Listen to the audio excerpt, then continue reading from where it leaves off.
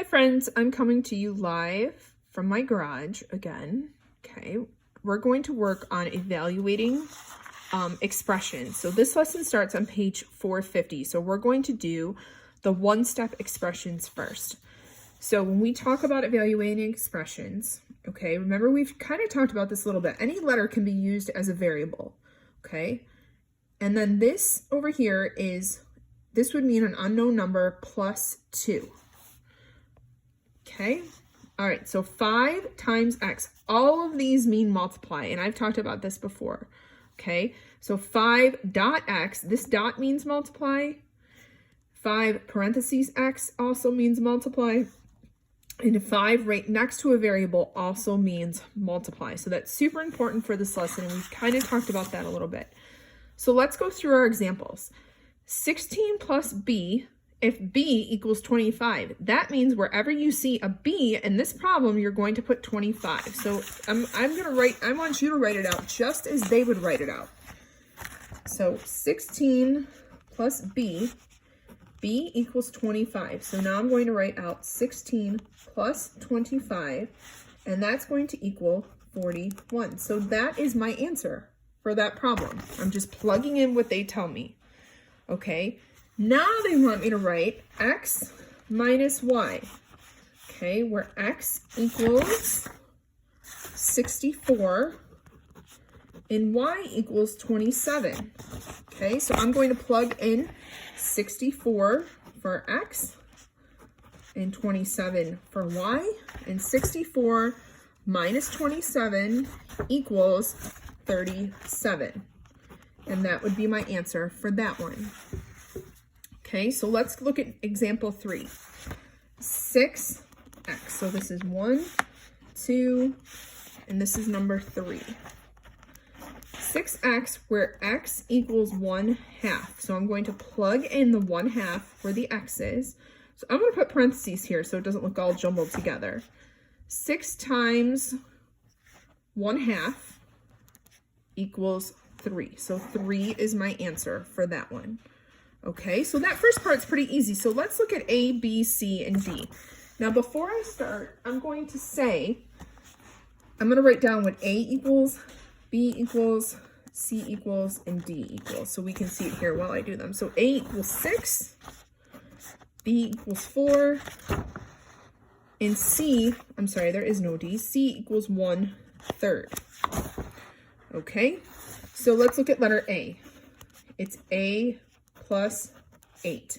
We know that A equals 6, so I'm going to put a 6 here. So 6 plus 8, and my answer is 14 for letter A.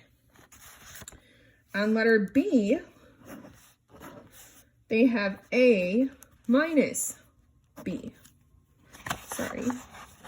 A minus B. So 6, because A equals 6, minus 4, which equals 2. All right, let's look at letter C. Letter C is A times B. So A equals 6 and B equals 4.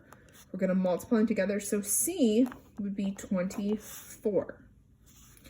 On letter D, they have 9 times C because the letter is right next to the number. So that means to multiply. So 9. Now you could do like this, 1/3 if you wanted to. So you know that 9 over 1 times 1/3 equals 9 over 3, which equals 3. So my answer for D is 3. Okay, so this one we're just plugging in the numbers where they go. Look at the variable, see what matches up here, and plug that in. Okay, so let's go on to the next part of this lesson. This side, right here, let's see if I can fix my camera a little bit. Okay, good. Okay, so now we're going to do multi-step expressions.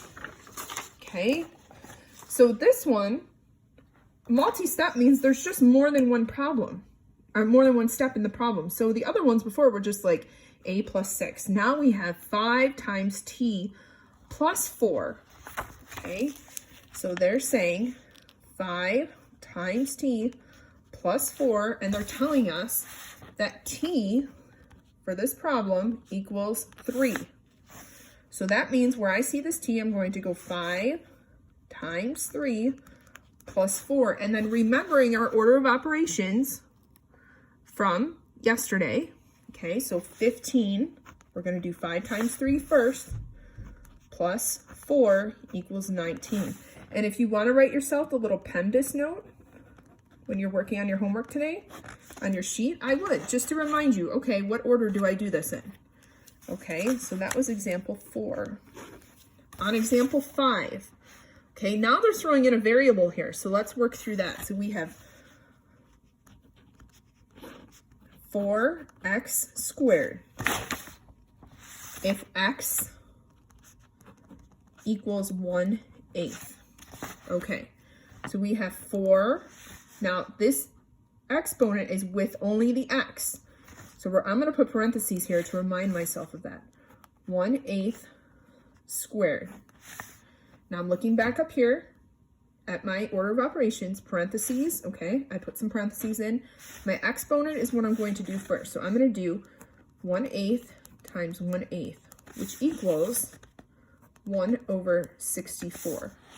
Okay, now I'm going to do 4 times 1/64. Okay, so we have 4/1 times 1/64. That's going to give me 4/64, and in simplest form, that is going to be 1/16. Okay, so they kind of showed you that in the book, but I kind of wrote it through for you so you could see. Okay, on number 6. Number 6, we have 10a plus 7. And a in this term means 1/5. So we have another fraction we're working with. So we're going to do 10 times, I'm going to use parentheses again, 1/5 plus 7. Using my order of operations, I'm going to do my multiplication first. So 10/1 times 1/5. That's 10/5, which equals 2. All right, so now I'm going to do 2 plus 7 equals 9. So 9 is my answer in this one. Okay, let me do a couple more examples for the got it's on the bottom here. Just grab my paper, it's not coming apart again. Okay, so I'm going to write down what each of these variables equal first. Okay, so D equals 12 and E equals 1/3. So on letter E, for my first example, we have 2D minus 5. I know that D equals 12, so I'm going to do 2 times 12 minus 5. I'm going to write my little reminder up here so I don't forget.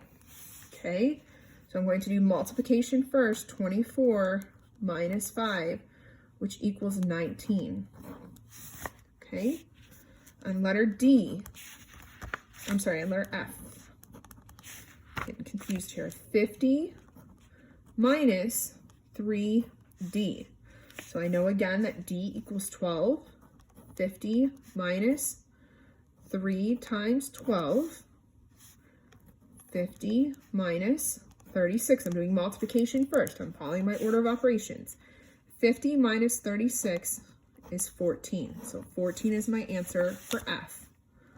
On letter G, we have 9e squared. Now this is just like one of the examples I did above. So we know that this only applies to e. This exponent only applies to the e. So I'm going to do 9 parentheses, e equals 1/3 squared. So I'm going to go up to my order of operations. I'm going to do what's in the parentheses, which is an exponent. Okay, so I'm going to do 1/3 times 1/3, which equals 1/9. Now I'm going to do 9. I have that for what's in the parentheses. That's just for that.